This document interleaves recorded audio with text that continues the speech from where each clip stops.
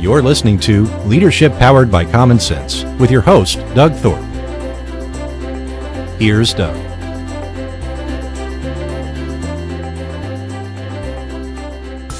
Well, welcome everyone. You're listening to another episode of our show, and it's a pleasure to be here with you.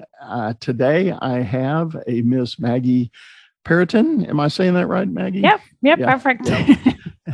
She is calling us. I'm in the U.S. She is over in Europe. So we'll talk a little bit about that with all the current events that are happening in the world. And Maggie, again, welcome. Thank you, Doug. Thank you for having me. One thing, I'm in Canada, but I am from Europe. Oh, that's right. Oh, my goodness. Apologies. No You got worries. family still over in Poland. Yes, That's I do. it. Yeah. I've slept a day or two since we first talked, so apologies to everyone. That stuff happens, I guess. Yeah, that's right. Okay, from Canada, she's calling, so that's great. Well, glad to have you here and glad to have you on board. I invited Maggie to join us. Maggie is actually a coach, as am I, and so we share a lot of the same focus areas. But I am one to always enjoy hearing other perspectives and other ideas. And what caught me about Maggie's profile and some of her expertise, she does do a lot of work with service-based entrepreneurs, and her focus is helping to build high-performing teams. So, Maggie, tell us a little bit how you kind of got into that realm. What's some of your backstory first? So my backstory, I come from a corporate world where for 13 years, I led teams and bigger teams, smaller teams, and so on. And I definitely through that discovered my passion for coaching and developing people, but also understood sort of the importance of having a high-performing team and how much it can differentiate and how much it can propel your business forward when you have one, as opposed to when you don't. So I know this is going to sound really basic, but let's just set a bar. Let's kind of talk about what is it that indicates high performing from not high performing? So high-performing team is a team where everybody contributes, everybody can use their strengths and their zone of genius and so on. But it also works in a way where that sum of individuals is greater than if you just took them separately working, right? It's kind of like in sports where you could have a team made of stars, but if everybody is doing their thing and not people are really not focusing on the team success and the team goals, that team can lose, even though it's A players, as opposed to a team who also have great players, maybe not a great stars, but great players working together, rowing in the same direction, helping each other, complementing each other, and so on. So I would say that's the difference, and that's the foundation of high-performing team. Yeah, so talent alone doesn't get you there. Just No. because you think you've signed on or recruited the most talented people in your field, that alone's not going to get you there. Right? No, it's not. Yeah. It's not. Yeah. Well, what do you think is some of the early mistakes bosses make in being able to set the environment for creating a high-performing team? The earliest mistakes. So one of the mistakes is definitely recruiting just for the skill set based on maybe the education or kind of resume and not looking at the attitude and the values that the employee brings and alignment of those values with the company values, right? Or even promoting just for the individual sort of performance without looking if that team member is, a team player and have maybe those leadership skills, or even like not the skills can be learned, but even inclination of working together, right? That you can have a great team member on the team, but if they're only me, they will bring down others and demotivate others. And ultimately, team is not performing the way they could be. So that's one of the mistakes.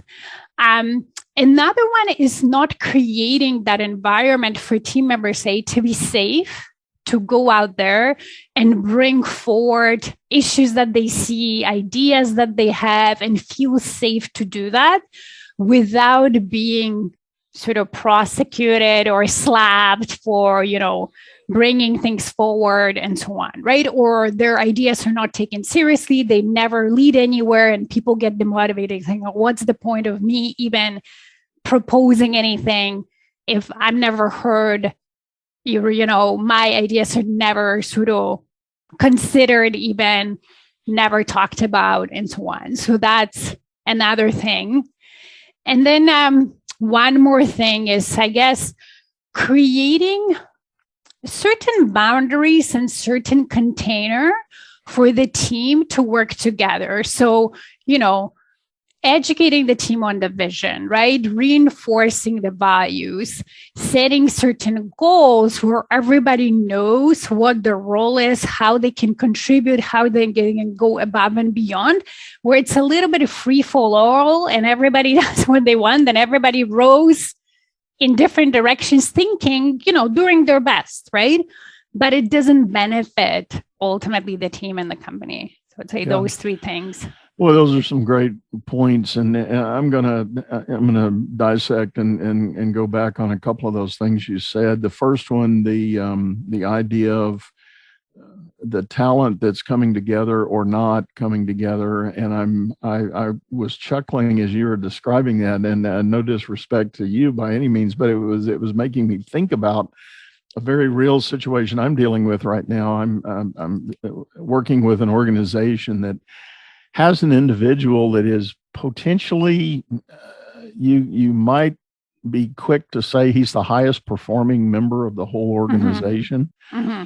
And that's in terms of sheer volume and impact of product is, and I'll just use that term broadly, the output, that's a better word, the output this individual's producing for the sake of the overall good. But he has found a way to alienate everybody around him. Just absolutely, blow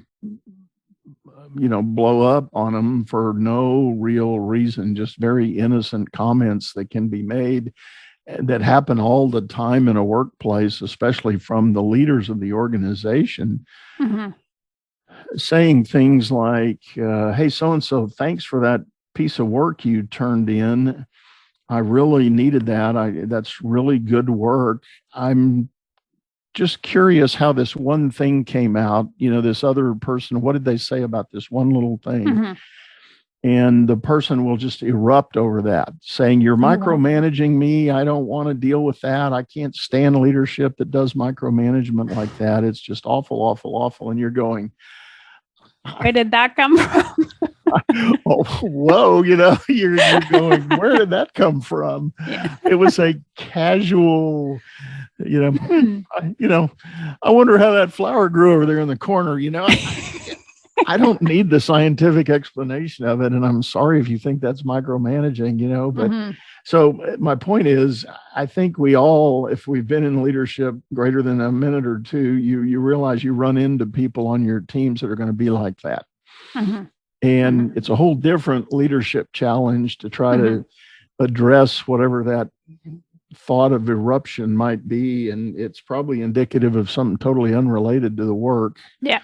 So you've got to deal with that. The other thing real quick, I was thinking about in your comments there, that environment where people can't come forward. I just finished watching the amazing documentary about the Boeing story and what they went through with their 737 MAX airplanes, the mysterious crashes and catastrophic, outcomes of some plane crashes and what they did with that. And the ultimate story, at least the way this documentary's portrayed, Boeing had gone through some major management shifts. It involved some long-standing executives that had grown up in the original Boeing system.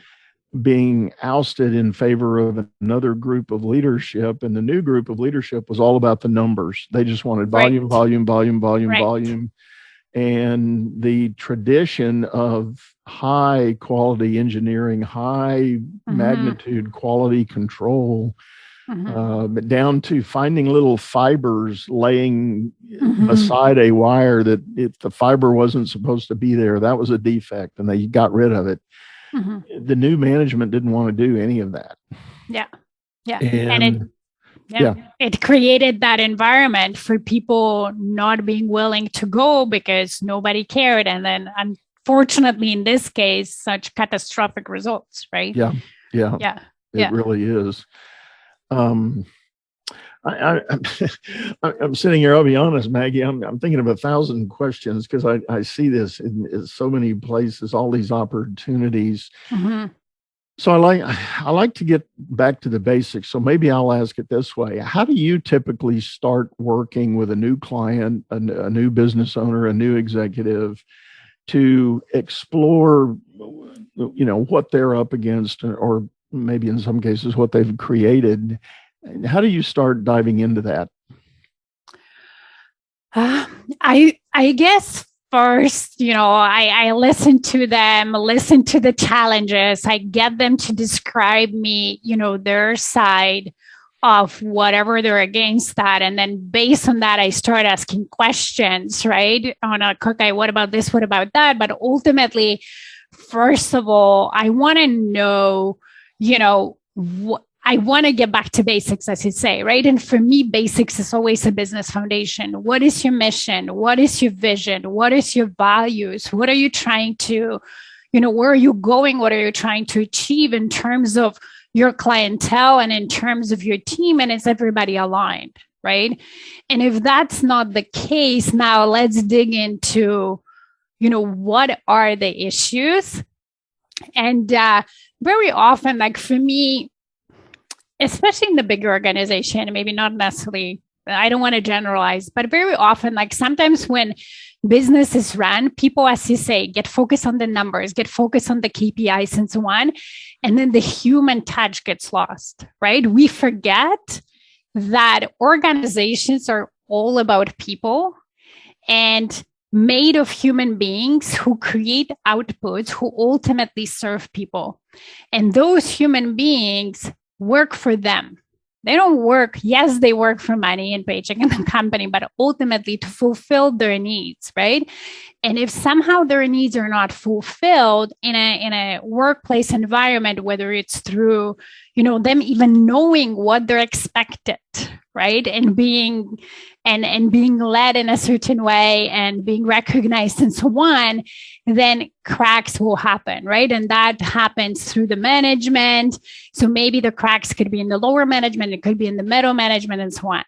So I say, I always listen and then ask questions to really dive deep into the root causes. I'm reminded, not long ago, I was a guest on another show and we got to talking about some of this dynamic of the challenges that leaders and managers have. One of the things we got into, I'm a big advocate of the idea that I think leaders need to understand that there are people come to work every day with the potential of showing up differently than how they showed up yesterday. Yeah. And that can be good or bad. Yeah. And it's, my theory is rooted in the principle of Maslow's hierarchy of needs. If you're familiar with the hierarchy, it starts out with physiological well-being, food, shelter, safety, warmth, all of those basic human survival needs. And then it elevates on up to ultimately at the pinnacle, most people call it self-actualization. You really engage in a level of performance that is your maximum capacity. It's all you were intended to be. And it's great fulfillment up there. But things happen and people move up and down that hierarchy depending. And when I was guesting on this other show, I used the example, Bob out on the shop floor shows up and you can tell he's just really off. And you go, "Hey, Bob, you don't seem like yourself. What's going on?" And he said, "Oh, the wife and I had a big fight on the way out the door this morning and blah, blah, blah, blah, blah." And so what's a good leader going to do? A good leader is probably going to say, "You know what, Bob, why don't you go get an extra cup of coffee? Why don't you see if you can kind of untangle all that, and don't worry about hitting the equipment until you kind of get out of that mindset." A bad manager is going to say, "I don't care what the heck went on at home, get your stuff in order and get to work." Well, Bob's in a bind, and it's not trying to be overly gracious or sensitive, but it's just being realistically aware of what they're up against. Yeah, I agree. And as I always say, like, people come to work to do their best. They don't wake up and say, "Hey, I'm going to just mess up everything today and I want to do bad," and so on. No, they come to do their best. But as you say, their best is very different every day, depending on what's going on. And we're human, right? Yes. If I had a fight with my child or the spouse and so on, I might need that hour or whatever to kind of collect myself together, get over it emotionally and so on.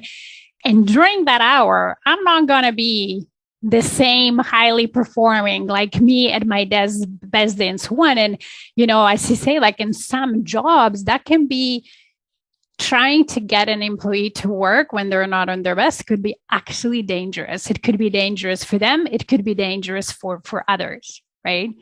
And being human, remembering that we're all human and we're not robots. That's why I don't believe in people management. I believe in people leadership. Like, you manage things and processes, you can manage money, but not people. We lead people. We're all humans. It's very different. And I agree with you. I agree with you totally. And I have those similar discussions with a lot of my clients. And I sum it up with a phrase very close to what you just said. Management is about process and leadership's about people. Yeah. And I have known people that have been career-long managers. They got work done. They got things out the door. They got deadlines met. They hit the budget, so on and so on and so on. But when you really start talking to anybody that ever worked for them, it was not so pretty. It wasn't necessarily a good story. And, there usually aren't people that stayed on that team for a long, long time. They were looking for opportunity to get away and go do something else. Yeah, that's fascinating. One more thought, not to beat the airline analogy to death, but talking about the Maslow's hierarchy, I've always said when I'm on my plane trips around the world, I said to myself, I hope the air traffic controller didn't have a fight with his spouse. Yes. I want him paying attention to where my plane is, and yes. So, or a surgeon for that matter. Or a surgeon. Oh, yeah. Even better. That's right. And that's funny. Well, wow. What are some of the things you encourage people to begin thinking about as they, let's say they go, Maggie, okay, thank you. I've never really thought about leadership that way. What's the first thing I can do to figure out how to be a real leader? So I think we're all leaders. So that's first, because in order to lead others, we need to lead ourselves. And once you learn how to lead yourself, then you can learn how to lead others. And whether we lead others at work, we could lead a family, in a community, a business. Even if you're a solopreneur, you're leading. But let's just assume that the person already has team members and they're like, okay, well, I know I'm not great at it. What do I do to start? I would say the simplest way is get to know your team as humans. Spend some time with them and get to know them as people. And you will not even realize how much they appreciate, how much you can connect with them, how much you can understand about them. and help them through that succeed by just knowing who they are, what they love, what are their challenges, and so on, and coach them through and so on. So that would be like the first simplest step that anybody can do, I believe. So get to know your team as people. Wow, that's a really powerful message. And you know what? I think we're gonna use that as a break point for the show here. We got a little commercial input from one of our sponsors, but Maggie, we're going to talk about that on when we come back. That whole idea of getting to know your team as people. I think that's very, very powerful. And we will be, we will be right back. Business is all about solving complex problems as fast as you can create them. Become the best problem solver by leading others to greatness too. And the first step is going to DougThorpe.com. Doug Thorpe is known globally for coaching entrepreneurs and business leaders, improving their performance and the work output of everyone surrounding them. You can find health, wealth, and happiness by learning to lead others to health, wealth, and happiness. Go to DougThorpe.com now and order Doug's books or hire him to coach your managers. That's DougThorpe.com.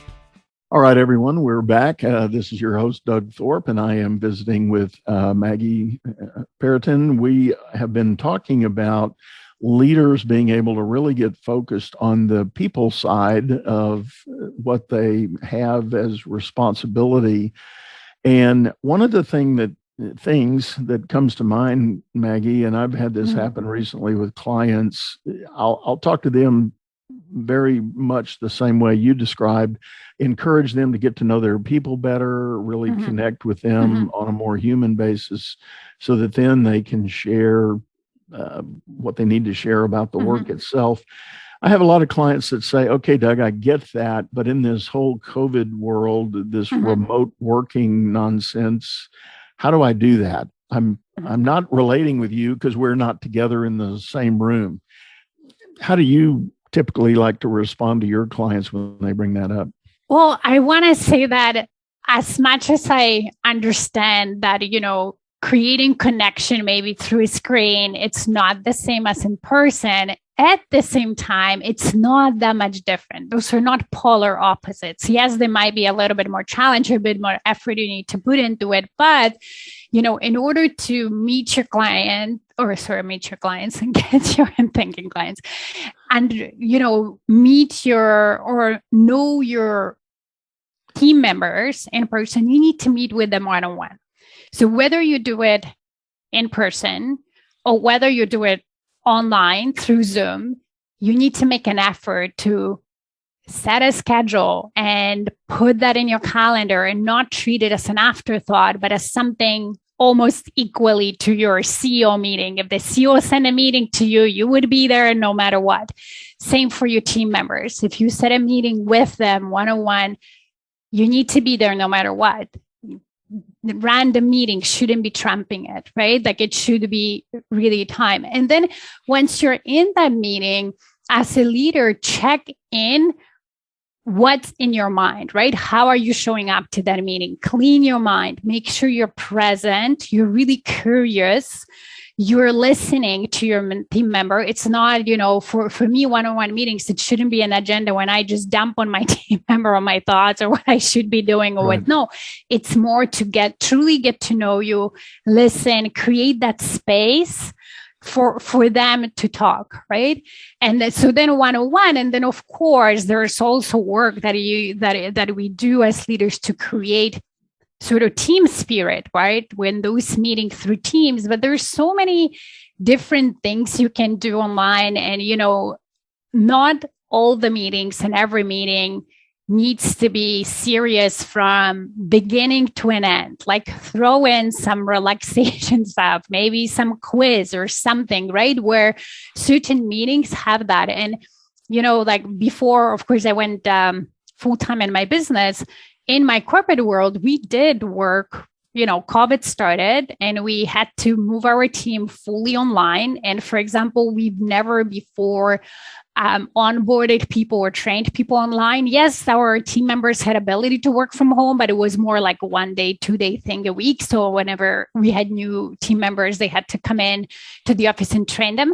And yet we managed to onboard people, train them without seeing them in person, and during team meetings still come up with ideas to create that team spirit, right? Yes, it is a little bit more effort. You need to be more intentional about it, but it's possible. And I'm sure if you Googled ways to build engagement, some fun games on Zoom or Teams, whatever you're using, there will be a plethora of ideas that you can pick from. I do agree with you. There is a lot of that out there now that has emerged. And I like your thinking about, as awkward as people try to make the Zoom connection be, I think it's a convenient excuse. I'm going to just put it out there. I think it's a convenient excuse for the leader that really doesn't want to engage.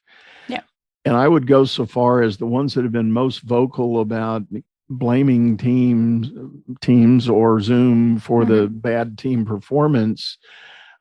I would go so far as to say, yeah, but how was your team doing before Zoom and before all that? Yeah. Were they really that stellar? Have they really taken that big a hit?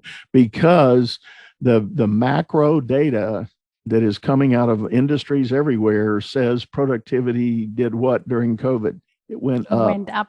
Yeah. Productivity went up. Yeah. Not down. Yeah.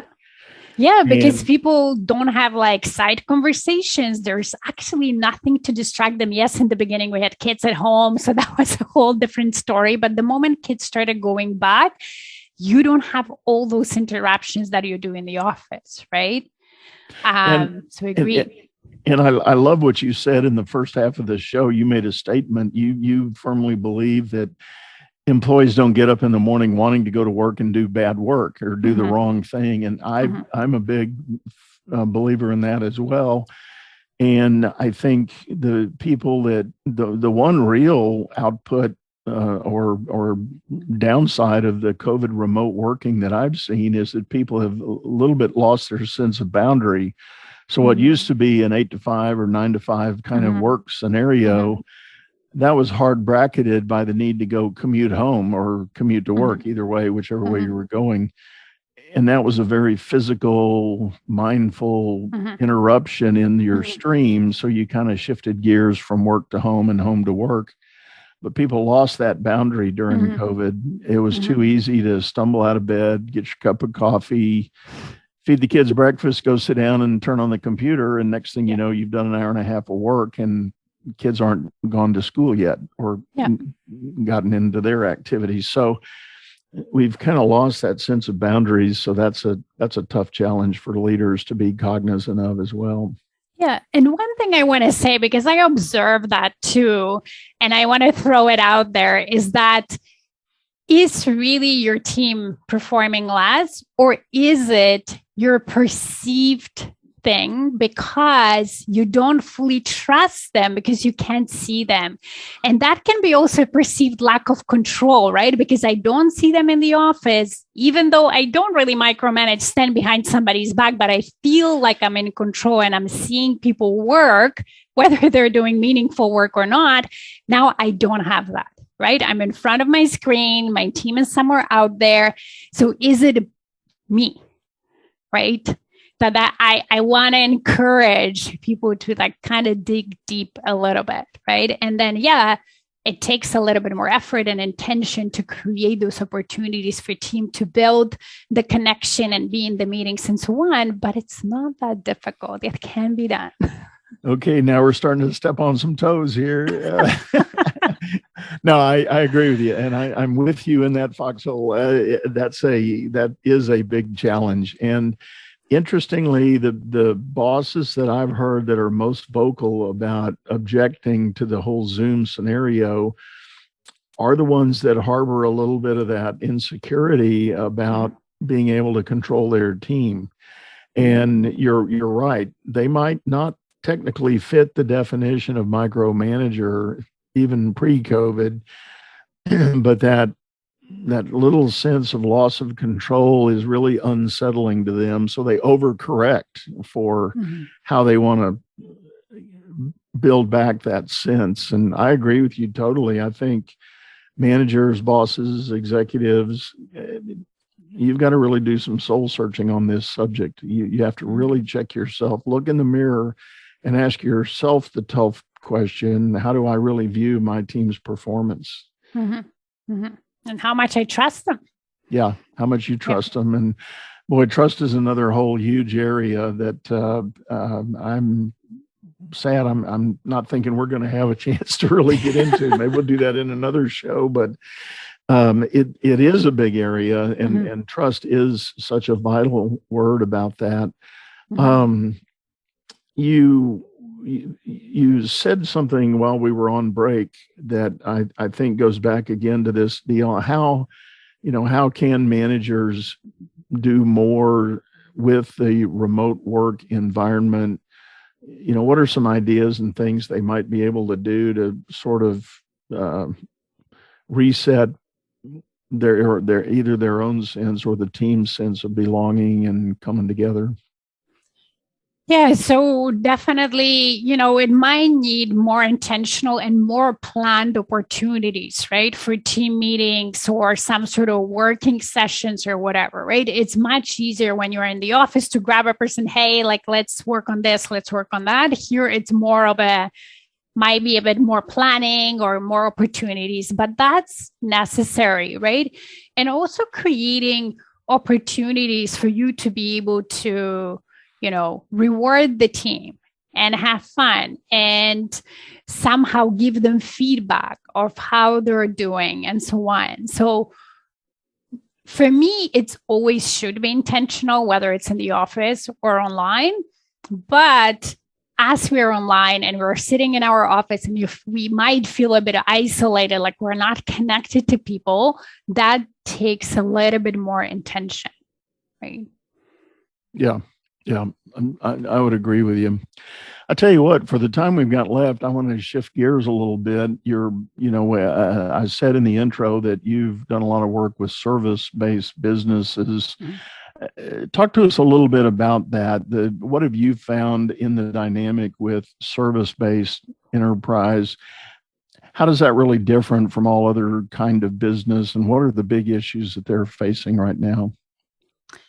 So service-based enterprise, depending on what type of service delivered, definitely through COVID, a lot of businesses have been affected, right? If they were not deemed non-essential, if they were delivering the services delivered in person, that definitely was, a big blow, COVID, for those services. Now, some people were able to pivot and figure out the way to move online. So there were services that were able to do that and move online. And now they're either, as we're coming back, creating sort of a mixed opportunity, right, for the clients, either online and so on.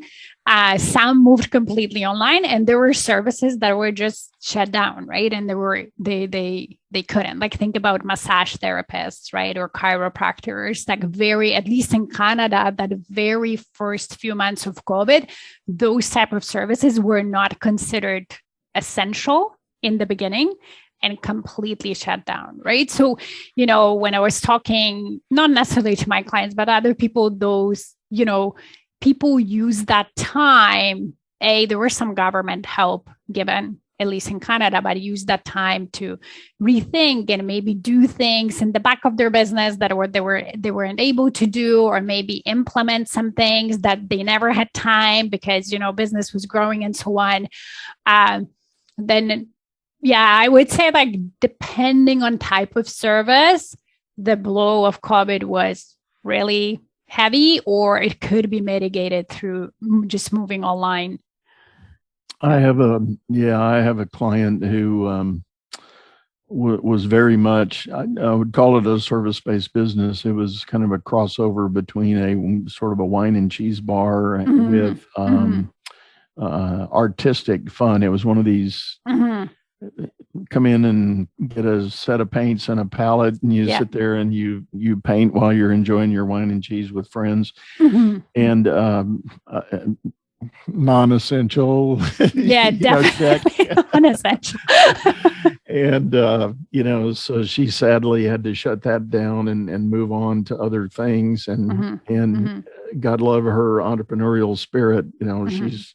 she's still working on the turnaround of that and what that's going to do and what it's going to look like. But yeah, that was a tough blow, and it was unavoidable. You have to deal with it. Yeah. Some would simply call it cost of doing business, and you've got to deal with that reality. Sad as it may be. Hey, before I let you go, let me ask you, we touched on during the intro, you have family over in Europe. How are they doing right now? They're doing fine. So my family is in Poland. I'm definitely unsettled and through, the Ukraine conflict, because it's very relatively close to home. Of course, Poland borders with Ukraine, and we have some historical ties. Even my grandparents actually come from the northern Ukraine that's close to Poland, that used to be Poland before war. And then after the war, when the borders changed, they got resettled from the Ukraine to current Poland, which used to be Germany. So there are connections between the two nations, and it definitely hits home, right? It's a conflict in Europe. Not, if you think about it, it hasn't been that long since World War II, and the World War II started when Poland got invaded by Russia and Germany at the same time. So it's just really heavy on the heart. And there's, of course, a lot of refugees in Poland that people try to help and so on. I was telling you when we met originally that my dad was also involved in to his what he could do with my brother-in-law, helping refugees, getting some food and supplies and moving them from Poland to Germany, where there were spots ready for them and so on. Yeah, so it's hard. Well, our thoughts and prayers certainly pour out to them and all of the refugees and the Ukrainians that are impacted by this. And sadly, there's no clear end in sight right now, and everybody is struggling to find resolution. But give them our regards and best wishes for this. And that sounds really weak and shallow, but just know that there are hearts and prayers with them. So and you know what, that I think, like when the war started first, even me being in Canada, I was like, oh my God, what if it escalates, right? It's not that far. But I'm hoping, and maybe it's wishful thinking, but actually, with the NATO coming together and President Biden and US really supporting, right, the NATO countries and so on, and moving troops to the border countries, I think that personally, that gives me reassurance, right? That won't escalate or has a less chances to escalate. And then somehow as nations, we come together, we help Ukraine, and hopefully it will end. So yeah, I do too. And I agree. I'm hopeful with the quick speed that NATO came together and became a truly unified front against all this. I hope that means something. And as we've seen in world history, when a madman takes control, it's very unpredictable. Yes, so, unfortunately. Sadly, I think that's what we might be up against. But now I'm bordering on the edge of getting too political in my show, and I promise I don't like to do that. So I'll shut up. But but Maggie, again, thank you so much for joining us. And what is the main web link that somebody could go to if they want to reach out to you?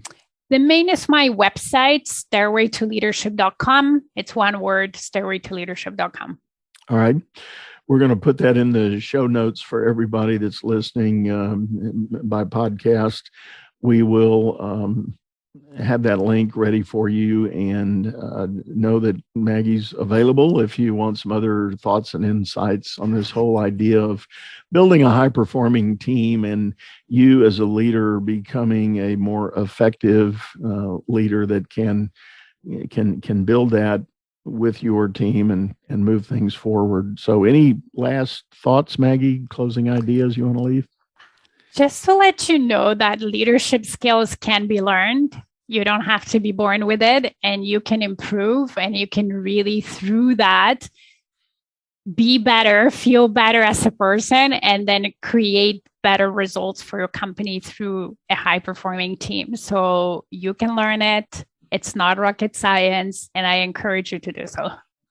Amen. I'm not even going to embellish on that. I agree with you totally. So thank you so much for being my guest, and your time here on this show. It was very helpful.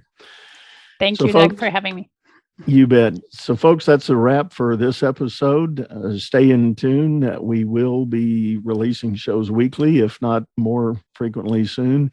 But thank you for listening. We look forward to having you again on another episode of Leadership Powered by Common Sense.